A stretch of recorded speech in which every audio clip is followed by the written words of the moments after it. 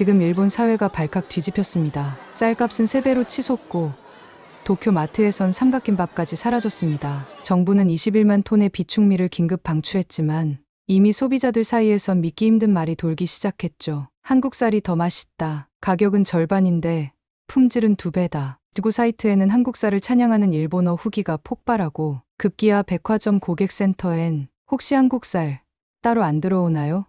라는 문의까지 이어지고 있습니다. 그리고 이 파문의 중심에는 단 한 사람, 한 여성이 있었습니다. 외할머니의 기억 한 조각을 따라 한국을 찾았던 그녀. 하지만 그녀가 한국에서 마주한 밥 한 숟가락은 단순한 음식이 아니었습니다. 기억을 되살리고 이웃나라를 바라보는 시선까지 바꿔버린 믿기 힘든 실화. 과연 무슨 일이 있었던 걸까요? 지금부터 그 감동적인 이야기를 전해드립니다. 그 전에 잠깐 좋아요 버튼 한번 눌러주시면 이런 숨은 진실을 세상에 더 널리 알릴 수 있습니다.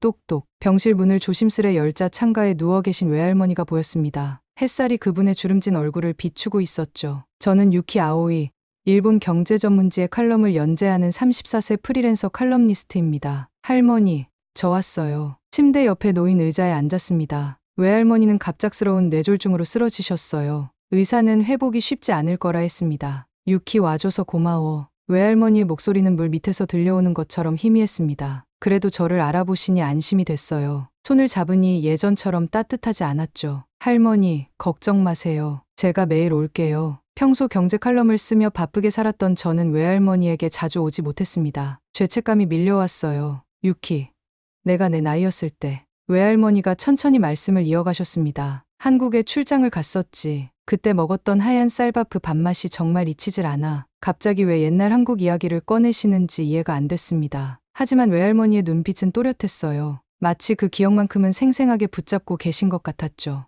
어떤 밥이었는데요? 그냥 평범한 쌀밥이었어. 하지만 입에 넣는 순간 그 맛이. 외할머니는 말을 잇지 못하셨습니다. 대신 눈물이 그분의 주름진 눈가를 타고 흘러내렸어요. 저는 당황스러웠습니다. 경제 데이터를 분석하고 트렌드를 읽는 일이 익숙한 저에게 이런 감정적인 상황은 어색했어요. 할머니, 무슨 말씀이신지. 유키야, 이상하지?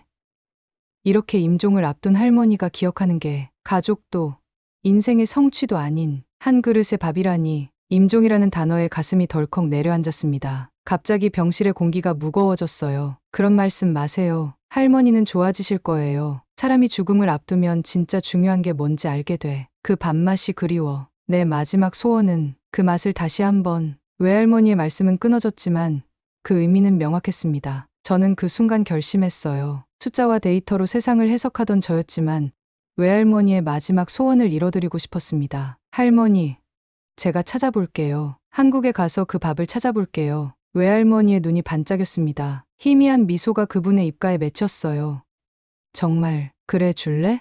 네, 약속할게요. 반드시 찾아서 할머니께 가져다 드릴게요. 외할머니는 고개를 살짝 끄덕이셨습니다. 그리고 다시 눈을 감으셨죠. 간호사가 들어와 외할머니의 상태를 확인했어요. 면회 시간이 끝났습니다. 환자분이 충분히 쉬셔야 해요. 병실을 나오며 창밖을 바라봤습니다. 도쿄의 빌딩 숲이 눈에 들어왔어요. 내일부터는 칼럼 마감도 있고 새로운 식당 리뷰도 써야 했습니다. 하지만 모든 일정을 미뤄야겠다는 생각이 들었어요. 그날 밤 노트북을 열고 한국행 비행기 표를 예약했습니다. 서울까지는 불과 2시간 거리였지만 저에게는 완전히 다른 세계로 떠나는 여정 같았어요. 경제 칼럼니스트로서 숫자와 통계를 다루는 것은 익숙했지만 맛이라는 주관적인 것을 추적한다는 건 낯선 도전이었습니다. 하지만 외할머니를 위해 그분의 마지막 기억을 찾아 나서기로 했습니다. 그것이 제가 할 수 있는 마지막 효도였으니까요. 인천공항에 도착하자마자 스마트폰으로 검색을 시작했습니다. 한국 전통 쌀밥,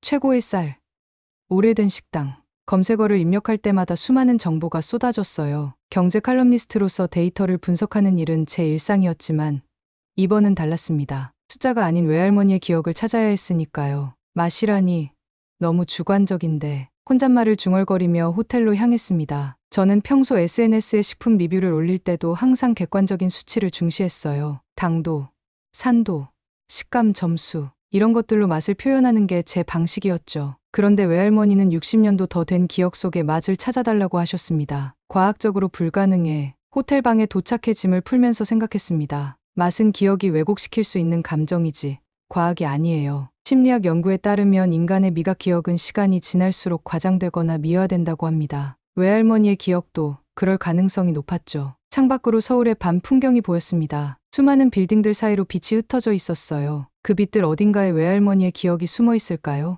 이번만큼은 취재가 아니야. 스스로에게 다짐했습니다. 지금까지 제 인생은 숫자와 데이터로 가득했어요. 식당 리뷰도 맛있다는 주관적 표현보다 당도 8.5점, 식감 9점과 같은 객관적 지표를 사용했죠. 하지만 이번 여행은 달랐습니다. 이건 가족의 기억을 위한 여정이었어요. 노트북을 열고 외할머니의 젊은 시절 사진을 꺼냈습니다. 약 40년 전 외할머니는 일본 섬유회사의 해외 영업부장으로 한국에 출장을 오셨었어요. 그때 드셨던 밥이 지금까지 기억에 남아있다니 정말 특별한 맛이었을까요? 옛날 사람들은 쌀에 대해 어떻게 생각했을까? 궁금증이 생겼습니다. 인터넷에서 한국의 쌀 역사를 찾아봤어요. 한국인들에게 쌀은 단순한 식량이 아니라 문화였다는 것을 알게 됐습니다. 농사력, 마을 공동체, 심지어 국가 정체성까지 쌀과 연결되어 있었죠. 외할머니가 느낀 건 단순한 맛이 아니었을지도. 생각이 깊어졌습니다. 저는 항상 맛을 성분과 수치로 분해해 이해하려 했어요. 하지만 외할머니의 기억 속 밥맛은 그런 방식으로 접근할 수 없을 것 같았습니다. 다음 날 아침 일찍 일어나 계획을 세웠습니다. 서울에서 오래된 식당들을 중심으로 찾아다니기로 했어요. 외할머니가 출장 왔을 당시 머물렀던 지역도 방문해 보기로 했죠. 데이터만으로는 찾을 수 없을 거야. 이건 숫자보다 깊은 일이니까. 스스로를 다독이며 호텔을 나섰습니다. 서울의 아침은 생각보다 활기찼어요. 출근하는 사람들 사이로 섞여 길을 걸었습니다. 처음으로 취재가 아닌 탐험을 한다는 기분이 들었어요. 첫 목적지는 종로의 오래된 한 식당이었습니다. 외할머니의 시대에도 있었을 법한 곳이었죠. 문을 열고 들어가자 오래된 나무 향과 음식 냄새가 코끝을 자극했어요. 어서 오세요. 혼자세요? 주인 할머니가 친절하게 물었습니다. 저는 어색한 한국어로 대답했어요. 네, 혼자입니다. 혹시 오래된 방식으로 지은 쌀밥이 있을까요? 주인 할머니는 의아한 표정을 지었지만 곧 미소를 지었습니다. 우리 집 밥은 다 전통 방식으로 짓지. 솥밥이라 더 맛있어. 앉아서 기다리는 동안 주변을 둘러봤습니다. 벽에는 오래된 사진들이 걸려 있었어요. 6, 70년대 서울의 모습이었죠. 외할머니가 보았을 풍경과 비슷했을까요? 잠시만요. 혹시 1980년대에도 이 식당이 있었나요? 주인 할머니는 고개를 끄덕였습니다. 물론이지. 우리 집은 3대째 이어오는 식당이라네. 가슴이 빠르게 뛰기 시작했습니다. 혹시 외할머니가 이곳에서 그 잊지 못할 밥을 드셨을까요? 기대감으로 가득 찬 채 밥이 나오기를 기다렸습니다. 단 하나. 외할머니의 기억 속 밥맛을 찾아내겠다는 집념이 제 안에서 불타오르기 시작했어요. 이 여정이 어디로 이어질지 알 수 없었지만 포기할 생각은 없었습니다. 외할머니를 위해, 그리고 어쩌면 저 자신을 위해서도 이 맛을 꼭 찾아내고 말 거예요. 서울에서의 셋째 날, 벌써 10곳이 넘는 식당을 돌아다녔습니다. 종로의 오래된 한식당부터 강남의 현대적인 한정식 집까지 모두 맛있었지만 외할머니의 기억과 연결되는 특별한 맛은 찾지 못했어요. 이쯤 되면 포기해야 하나, 지친 발걸음으로 숙소 근처 골목을 걷고 있었습니다. 날씨는 흐렸고 금방이라도 비가 내릴 것 같았어요. 그때였습니다. 좁은 골목 안쪽에서 은은한 밥 냄새가 코끝을 스쳤죠. 밥심 식당이라고 쓰인 작은 간판이 보였습니다. 망설임 없이 문을 열고 들어갔어요. 어서 오세요. 혼자세요? 중년의 여성 사장님이 반갑게 맞아주셨습니다. 저는 일반 백반을 주문했어요. 특별할 것 없는 평범한 동네 식당이었습니다. 화려한 인테리어도 없었죠. 얼마 지나지 않아 백반이 나왔습니다. 고등어 구이와 3가지 반찬, 그리고 된장국. 평범한 한국식 식사였어요. 그런데 밥이 담긴 그릇에서 눈을 뗄 수 없었습니다. 하얀 쌀밥이 윤기가 흐르며 김을 모락모락 피우고 있었어요. 밥은 우리 집 자랑이에요. 맛있게 드세요. 숟가락을 들어 밥을 한 숟가락 떠서 입에 넣었어요. 그 순간 시간이 멈춘 것 같았습니다. 밥알 하나하나가 입 안에서 퍼지는 느낌. 미묘한 단맛과 쫀득한 식감. 눈을 감고 그 순간을 느꼈습니다. 갑자기 가슴 한편이 뜨거워졌어요. 이 맛. 저도 모르게 숟가락을 내려놓았습니다. 두 번째 숟가락을 떠 다시 확인했어요. 착각이 아니었습니다. 뭔가 특별했어요. 데이터로 설명할 수 없는 무언가가 있었죠. 괜찮으세요? 음식이 맛이 없나요? 제 표정을 보고 사장님이 걱정스럽게 물었습니다. 저는 고개를 세차게 흔들었어요. 아니요. 너무 맛있어서. 놀랐어요. 혹시 이 쌀이 특별한 건가요? 특별하다면 특별한 거죠. 우리 집 쌀은 AI 스마트 농장에서 재배한 거예요. 최신 기술로 키운 쌀인데 옛날 맛을 그대로 재현했다고 하더라고요. AI 스마트 농장이요? 의아했습니다. 최첨단 기술과 옛날 맛이라는 개념이 어울리지 않았어요. 그런데 방금 먹은 밥의 맛은 분명 특별했습니다. 네, 요즘 신기술이 많잖아요. 토양 상태부터 물 온도, 햇빛 양까지 전부 조절해서 쌀을 키운대요. 그런데 목표가 신기하게도 추억의 맛을 재현하는 거라고 하더라고요. 사장님의 설명을 들으며 계속 밥을 먹었습니다. 그러자 갑자기 어린 시절 외할머니 집에서 보냈던 여름휴가가 생각났어요. 외할머니가 지어주신 밥, 그때의 기억이 선명하게 떠올랐습니다. 눈시울이 뜨거워졌어요. 데이터와 숫자로 세상을 바라보던 저였는데 한 그릇의 밥에 이렇게 감정적으로 반응하다니 스스로가 낯설었습니다. 식사를 마치고 계산하면서 물었어요. 혹시 이 쌀 어디서 구할 수 있을까요? 서울 근교에 있는 스마트팜에서 직접 사올 수 있어요. 아니면 온라인으로도 주문 가능하고요. 박스 하나 드릴까요? 사장님은 작은 쌀 포장을 건네주셨습니다. 기억을 담은 쌀이라고 쓰여 있었어요. 호텔로 돌아와 노트북을 열었습니다. AI 스마트 농장 쌀에 대해 검색하기 시작했어요. 이제 진짜 추적이 시작된 겁니다. AI 스마트 농장. 검색 결과는 흥미로웠습니다. 서울 근교에 위치한 이 농장은 최첨단 기술로 쌀을 재배하고 있었어요. 드론으로 작물 상태를 모니터링하고 토양 수분 센서로 물 공급을 조절하며 인공지능이 기후 데이터를 분석해 최적의 재배 환경을 만든다고 했습니다. 이건 농사가 아니라 알고리즘이네. 경제 칼럼니스트로서 이런 기술 혁신은 익숙했습니다. 하지만 왜 하필 옛날 맛을 재현하는데 이 기술을 사용하고 있는 걸까요?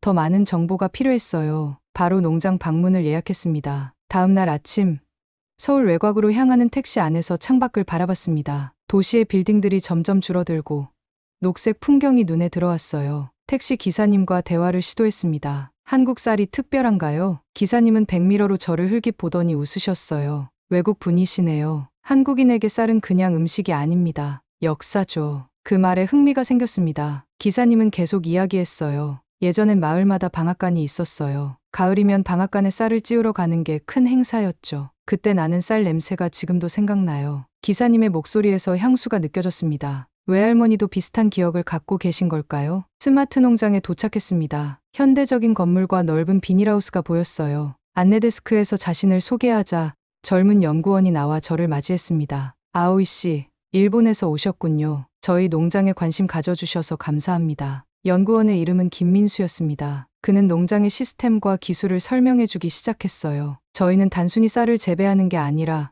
시간을 재배한다고 생각합니다. 의아한 표정을 지었더니 김민수 연구원이 웃으며 설명을 이어갔어요. 쌀은 재배 환경에 따라 맛이 완전히 달라집니다. 수온, 일조량, 토양 성분, 이 모든 것이 맛에 영향을 미치죠. 저희는 빅데이터를 활용해 과거 특정 시기의 환경 조건을 재현하고 있어요. 견학을 시작했습니다. 농장은 생각보다 훨씬 첨단 시설이었어요. 드론이 비닐하우스 위를 날아다니며 식물 상태를 모니터링했고 로봇이 자동으로 물을 주고 있었습니다. 이건 수분 센서예요. 토양의 습도를 실시간으로 측정해 최적의 수분 상태를 유지합니다. 김민수 연구원은 자랑스럽게 설명했습니다. 저는 고개를 끄덕였지만 한편으로는 의문이 들었어요. 이렇게 첨단 기술로 만든 쌀이 어떻게 옛날 맛을 낼 수 있는 거죠? 그러자 김민수 연구원은 잠시 생각하더니 대답했습니다. 기술과 전통이 반대라고 생각하시나요? 사실 저희가 하는 일은 옛 방식을 더 정확하게 재현하는 거예요. 예를 들어 1980년대 한국의 기후 데이터, 토양 상태, 물 성분까지 분석해서 그 환경과 최대한 비슷하게 만들고 있죠. 그의 설명을 들으며 생각이 깊어졌습니다. 제가 지금까지 먹었던 그 특별한 밥맛은 단순한 기억의 왜곡이 아니라 실제로 존재했던 맛일 수도 있겠네요. 다음으로 도정 시설을 보여주었습니다. 최신식 자동 도정 시스템이 돌아가고 있었어요. 이 시스템이 정말 중요합니다. 쌀을 얼마나 깎느냐에 따라 맛이 완전히 달라지거든요. 옛날에는 도정률이 지금보다 낮았어요. 그래서 쌀의 영양분, 특히 단백질과 지방 함량이 더 높았죠. 모든 과정이 과학적이고 체계적이었습니다. 데이터와 알고리즘으로 움직이는 농사. 하지만 견학을 마치고 시식 공간으로 이동했을 때 저는 또 다른 놀라움을 경험했어요. 김민수 연구원이 지은 밥 한 그릇을 내왔습니다. 저희 쌀로 지은 밥입니다. 한번 드셔보세요. 숟가락으로 밥을 떠서 입에 넣었습니다. 그리고 또다시 그 느낌이 밀려왔어요. 어제 식당에서 느꼈던 그 특별한 맛, 그리고 그 맛이 불러일으키는 감정. 외할머니와 함께했던 어린 시절의 기억들이 파도처럼 밀려왔습니다. 이상하죠? 많은 분들이 이 밥을 먹고 비슷한 반응을 보이세요. 특히 연세 드신 분들은 눈물을 흘리시기도 해요. 눈을 떠 김민수 연구원을 바라보았습니다. 그의 말이 맞았어요. 이 맛은 단순한 맛이 아니라 기억을 불러일으키는 무언가가 있었습니다. 과학적으로 설명할 수 있나요?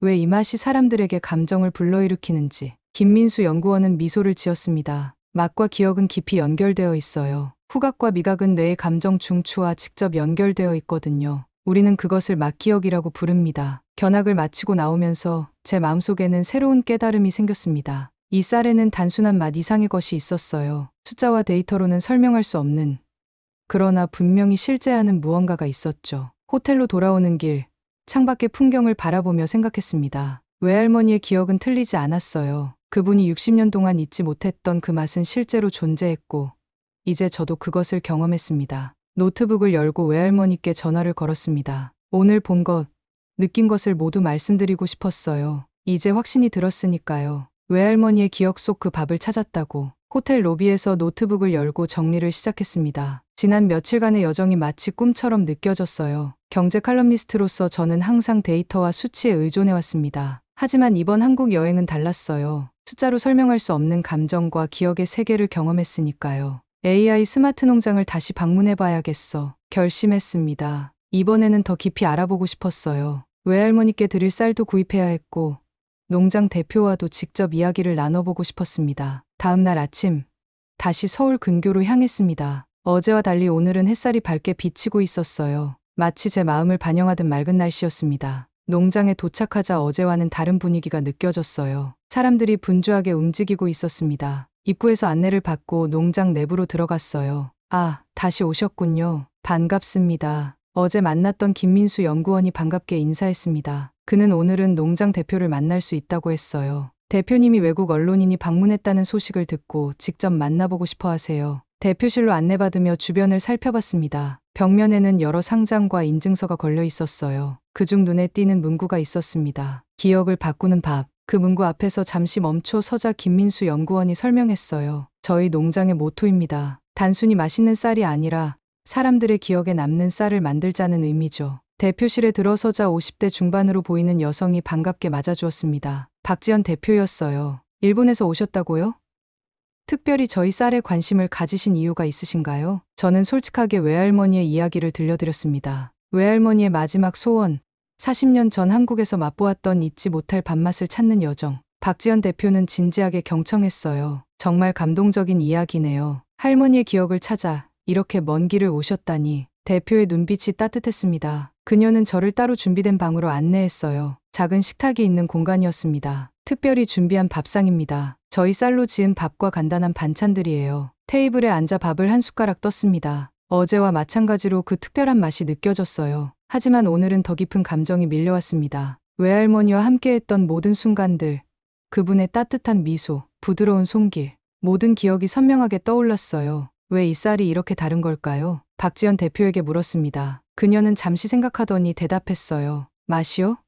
기억을 설계했으니까요. 의아한 표정을 지었더니 대표는 설명을 이어갔습니다. 우리는 단순히 쌀을 재배하는 게 아니라 특정 시대의 맛을 재현하고 있어요. 1980년대 한국의 기후, 수분, 토양 성분, 수확 시기까지 그 시절의 맛을 과학적으로 분석하고 재현했거든요. 놀라웠습니다. 기술로 기억을 재현한다니. 이건 단순한 농업 혁신이 아니었어요. 감성과 기술의 결합이었습니다. 그런데 왜 하필 옛날 맛인가요?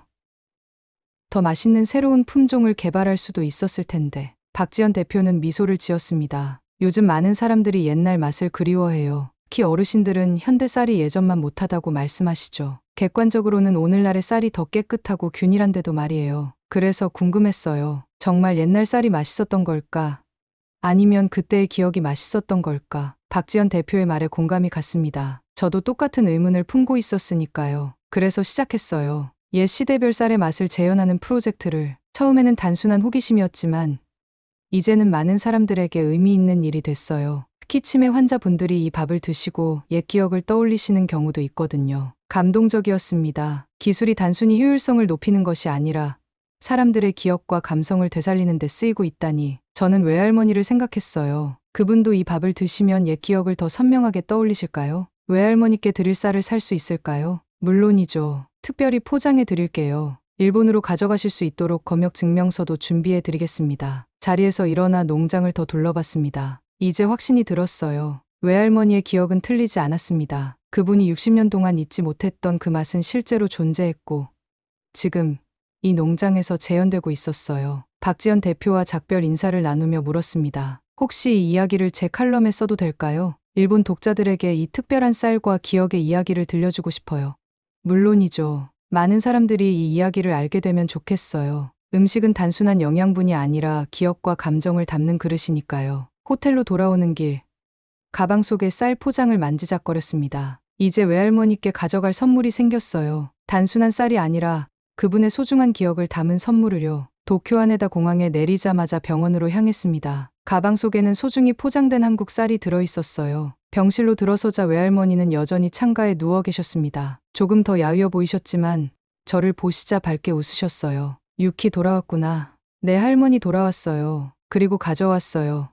할머니가 찾으시던 그 밥을. 외할머니의 눈이 커졌습니다. 믿기지 않는다는 표정이었어요. 정말? 내가 그걸 찾았다고? 네, 찾았어요. 할머니의 기억은 정확했어요. 가방에서 쌀 포장을 꺼내 보여드렸습니다. 기억을 담은 쌀이라는 한글 문구가 쓰인 포장을 보시더니 외할머니는 떨리는 손으로 만지셨어요. 간호사에게 이 쌀로 밥을 해달라고 부탁드릴게요. 내일 아침에 할머니께 가져다 드릴 수 있을 거예요. 호텔로 돌아와 노트북을 열었습니다. 한국에서의 경험은 단순한 개인적 여정이 아니었어요. 이건 하나의 이야기, 많은 사람들과 나눌 가치가 있는 이야기였습니다. 창밖으로 도쿄의 밤 풍경을 바라보며 키보드를 두드리기 시작했어요. 평소와는 다른 글이 나왔습니다. 경제 칼럼니스트로서 항상 데이터와 통계, 객관적 사실만을 다뤄왔지만 이번엔 달랐어요. 제 감정, 외할머니의 기억, 그리고 그 특별한 밥맛에 대한 이야기가 글 속에 흘러넘쳤습니다. 쌀밥 한 숟가락이 사람의 기억을 되돌릴 수 있다는 걸 믿게 됐다. 제목을 붙이고 글을 완성했습니다. 평소처럼 경제지에 보내지 않고 제 개인 SNS에 먼저 올렸어요. 사람들의 반응이 궁금했습니다. 이렇게 감성적인 글이 어떻게 받아들여질지. 다음 날 아침 병원으로 향했습니다. 간호사에게 부탁해 한국 쌀로 지은 밥을 준비해달라고 했어요. 작은 전기밥솥으로 지은 밥이었지만 그 향기는 특별했습니다. 병실에 들어서자 외할머니는 벌써 깨어 계셨어요. 오늘따라 생기가 돌아 보이셨습니다. 할머니, 약속한 밥 가져왔어요. 작은 밥 공기를 건네드렸습니다. 외할머니는 떨리는 손으로 숟가락을 들었어요. 천천히 밥을 한 숟가락 떠서 입에 넣으셨죠. 그리고 외할머니가 멈추셨습니다. 눈을 감고 그 순간을 느끼시는 것 같았어요. 천천히 눈을 뜨시자 눈물이 그분의 주름진 뺨을 타고 흘러내렸습니다. 그래, 이거였어. 나 이 밥이었어. 이게 내 마지막 기억이었어. 저도 모르게 눈물이 흘렀습니다. 숫자와 데이터로 세상을 보던 경제 칼럼니스트가 한 그릇의 밥 앞에서 울고 있었어요. 이상했지만 부끄럽지 않았습니다. 유키야, 고마워. 이 할머니의 마지막 소원을 들어줘서. 외할머니의 손을 꼭 잡았습니다. 우리는 말없이 그 순간을 함께 했어요. 단순한 음식이 아니라 기억과 감정이 담긴 순간을 말이죠. 병원을 나와 스마트폰을 확인했습니다. 놀랍게도 제 SNS 포스팅이 폭발적인 반응을 얻고 있었어요. 수천 개의 좋아요와 공유, 그리고 수백 개의 댓글이 달려 있었습니다. 저도 한국쌀 먹어보고 싶어요. 할머니 생각이 나네요. 어디서 살 수 있나요? 저도 한국에서 먹어본 적 있는데 정말 달랐어요. 일본 SNS에서 제 이야기가 빠르게 퍼지고 있었습니다. 많은 사람들이 공감했고 그들도 비슷한 경험을 나누고 싶어 했어요. 게다가 글을 본 여러 언론사에서 인터뷰 요청이 들어오기 시작했습니다. 유키 씨, 당신의 이야기가 많은 사람들에게 감동을 주고 있습니다. 저희 프로그램에 출연해 더 자세한 이야기를 들려주실 수 있을까요? 유명 방송국의 제작자였습니다. 놀라웠어요. 평소 경제 전문가로서 간간히 인터뷰를 해왔지만 이번엔 완전히 다른 주제였습니다. 쌀밥과 기억, 그리고 외할머니의 이야기. 잠시 고민했지만 이내 수락했습니다. 이 이야기는 저만의 것이 아니었으니까요. 많은 사람들과 나눌 가치가 있는 이야기였습니다. 일주일 후 저는 일본의 인기 아침 프로그램에 출연했습니다. 기억을 찾아 한국사를 추적한 손녀라는 제목으로 방송됐어요. 카메라 앞에서 외할머니의 이야기, 한국에서의 경험, 그리고 그 특별한 밥맛에 대해 이야기했습니다. 맛은 단순한 감각이 아닙니다. 그것은 기억이고 감정이며 때로는 우리의 정체성이기도 해요. 저는 경제 칼럼니스트로서 항상 객관적 데이터를 중시했지만 이번 경험을 통해 깨달았습니다. 가장 중요한 것들은 종종 수치화할 수 없다는 것을요. 방송이 나간 후 반응은 더욱 뜨거웠습니다. SNS는 물론 언론에서도 계속해서 제 이야기를 다뤘어요. 기억의 맛, 할머니의 밥, 한국쌀의 비밀 등 다양한 제목으로 소개됐습니다. 어느 날 외할머니의 병실을 찾았을 때 놀라운 일이 일어났어요. 외할머니가 침대에 앉아 계셨습니다. 의사는 놀라운 회복세라고 했어요. 유키야, 내 이야기가 텔레비전에 나온 거 봤어. 많은 사람들이 감동받았대. 외할머니의 목소리에는 자랑스러움이 묻어났습니다. 저는 그냥 웃으며 손을 꼭 잡았어요. 한 그릇의 밥이 외할머니에게 힘을 줬다는 걸 알았습니다. 그것은 단순한 영양분이 아니라 기억과 희망의 그릇이었으니까요. 한 달이 지났습니다. 외할머니의 건강은 놀랍도록 호전되었어요. 의사들도 놀랄 정도였죠. 매일 한국쌀로 지은 밥을 드셨습니다. 단순한 식사가 아니라 하나의 의식이 되었어요. 유키야, 오늘은 어떤 반찬으로 먹을까? 외할머니는 마치 어린아이처럼 식사 시간을 기다리셨습니다. 저는 인터넷으로 한국 요리 레시피를 찾아 서툴게 만들었지만 외할머니는 항상 맛있다고 하셨어요. 할머니, 오늘은 특별한 손님이 오실 거예요. 일본 공영방송에서요. 처음에는 거절하셨지만 결국 승낙하셨습니다. 이 이야기가 다른 사람들에게 도움이 될 수 있다면 참여하겠다고 하셨어요. 방송 크루가 병실에 도착했습니다. 외할머니는 긴장하신 듯했지만 따뜻한 미소를 잃지 않으셨어요. 아오이 할머님, 60년 전 한국에서 드셨던 그 밥이 어떤 의미였나요? 난 그때 젊은 여성 영업부장이었어. 한국에 출장 갔을 때 현지 회사와의 계약이 무산될 위기였어. 여자가 어떻게 그런 큰 계약을 맺을 수 있겠냐고 다들 말했지. 외할머니의 목소리가 떨렸습니다. 저는 이 이야기를 처음 듣는 것이었어요. 마지막 협상 날, 한국 회사 사장님이 나를 작은 식당으로 초대했어. 거기서 나온 밥 한 그릇, 그 맛을 잊을 수 없어. 그날 밤, 나는 협상 전략을 완전히 바꿨고 결국 계약에 성공했어. 인터뷰가 끝난 후 제작팀은 외할머니가 한국 쌀밥을 드시는 모습을 촬영하고 싶다고 했습니다. 저는 AI 스마트 농장 쌀로 밥을 지었어요. 밥을 담은 작은 그릇을 외할머니께 건네드렸습니다. 외할머니는 천천히 숟가락을 들어 한 입 드셨어요. 그리고 외할머니의 눈에서 눈물이 흘러내렸습니다. 말없이 그저 맛을 음미하며 눈물을 흘리셨어요. 그래, 이거였어. 나 이 밥이었어. 이게 내 마지막 기억이었어. 카메라가 그 한마디를 담았습니다. 저도 그 순간 울음을 참지 못했어요. 경제 칼럼니스트로서 항상 감정을 억제해왔지만 그날만큼은 모든 감정이 솟구쳤습니다. 다큐멘터리는 일주일 후 방영되었습니다. 외할머니의 기억을 찾아 한국쌀에 무너지다라는 제목의 이 다큐멘터리는 일본 전역에 감동의 물결을 일으켰어요. SNS는 폭발했습니다. 수많은 사람들이 자신의 잊을 수 없는 맛, 이야기를 공유하기 시작했어요. 할머니께 한국쌀 선물해 드렸더니 울으셨어요.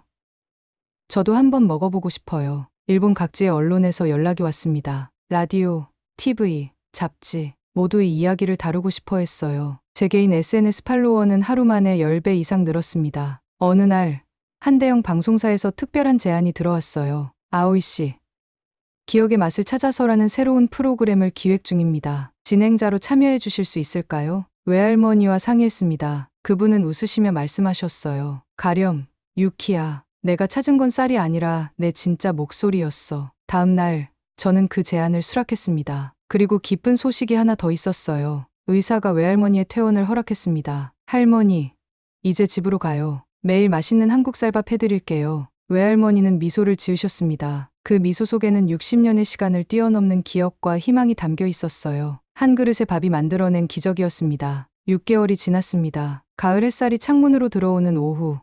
저는 노트북 앞에 앉아 새 프로그램 대본을 검토하고 있었어요. 기억의 맛을 찾아서는 이제 일본에서 가장 인기 있는 다큐멘터리 프로그램 중 하나가 되었습니다. 태국의 코코넛 수프, 이탈리아의 시골 파스타, 베트남의 쌀국수. 각 나라의 기억의 맛을 찾아 떠나는 여정은 많은 시청자들의 공감을 얻었어요. 하지만 그 시작은 외할머니와 한국쌀이었죠. 유키, 뉴스 봤어? 외할머니가 거실에서 불렀습니다. 퇴원 후 외할머니는 제 아파트에서 함께 지내고 계셨어요. 건강도 많이 좋아지셨습니다. 뉴스에서는 놀라운 소식을 전하고 있었어요. 일본의 몇몇 학교에서 한국산 쌀을 급식에 시험적으로 도입한다는 내용이었습니다. 기억의 맛 프로젝트의 일환으로 아이들에게 다양한 맛의 경험을 제공하는 교육 프로그램이었어요. 내 이야기가 이런 변화를 만들다니. 외할머니는 감격스러워 하셨습니다. 저도 놀라웠어요. 단순한 개인적 여정이 사회적 변화로 이어지다니. 경제 칼럼니스트였던 제가 상상할 수 없었던 일이었습니다. 스마트폰을 열어 소식을 확인했어요.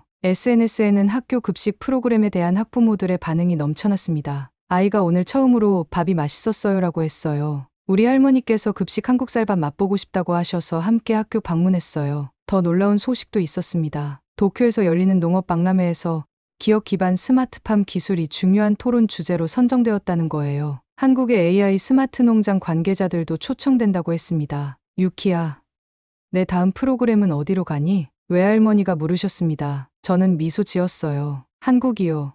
할머니, 다시 그 밥심 식당에 가보려고요. 그리고 이번에는 할머니도 함께 가요. 외할머니의 눈이 반짝였습니다. 의사도 외할머니의 짧은 해외여행을 허락했어요. 외할머니의 소원이 또 하나 이루어지는 순간이었습니다. 일주일 후, 우리는 서울에 도착했습니다. 촬영팀과 함께였지만 이건 단순한 프로그램 촬영이 아니었어요. 외할머니의 오랜 꿈을 이루는 여정이었습니다. 그 골목, 그 식당을 다시 찾았습니다. 밥심 식당은 여전히 그 자리에 있었어요. 문을 열고 들어서자 사장님이 반갑게 맞아주셨습니다. 어머, 그 일본 기자 아니세요? 텔레비전에서 봤어요. 사장님은 우리를 알아보셨고 특별 자리를 마련해 주셨어요. 외할머니를 위한 자리였습니다. 카메라가 돌아가는 가운데 사장님은 정성껏 밥을 지어 외할머니께 대접했습니다. 외할머니는 천천히 밥을 드셨어요. 그리고 감격에 찬 표정으로 말씀하셨습니다. 60년 만이야. 내가 꿈꿔온 그 맛을 다시 이곳에서 느끼다니. 그 순간 저는 깨달았습니다. 우리가 찾아온 건 단순한 맛이 아니었어요. 그것은 시간과 기억, 그리고 삶의 의미였습니다. 프로그램의 마지막 장면, 저는 카메라를 향해 이야기했어요. 우리는 숫자와 수치를 쫓지만 결국 사람을 움직이는 건 한 숟가락의 진심입니다. 그리고 그 진심은 기억을 만들고 세상을 바꿉니다. 카메라가 꺼진 후 외할머니와 함께 식당을 나섰습니다. 서울의 저녁 풍경이 아름다웠어요. 외할머니는 제 손을 꼭 잡으셨습니다. 고마워, 유키야. 내가 내 인생의 마지막 페이지를 이렇게 아름답게 써줬구나. 아니에요, 할머니. 할머니가 제 인생의 새로운 장을 열어주셨어요. 우리는 함께 웃었습니다. 이제 새로운 이야기가 시작되고 있었어요. 한 그릇의 밥이 만든 기적. 그리고 그 기적이 퍼져나가는 이야기. 이것이 우리의 진짜 맛이었습니다. 오늘 사연은 여기까지입니다. 여러분들의 구독과 좋아요는 영상 제작에 큰 힘이 됩니다. 긴 영상 시청해 주셔서 감사합니다.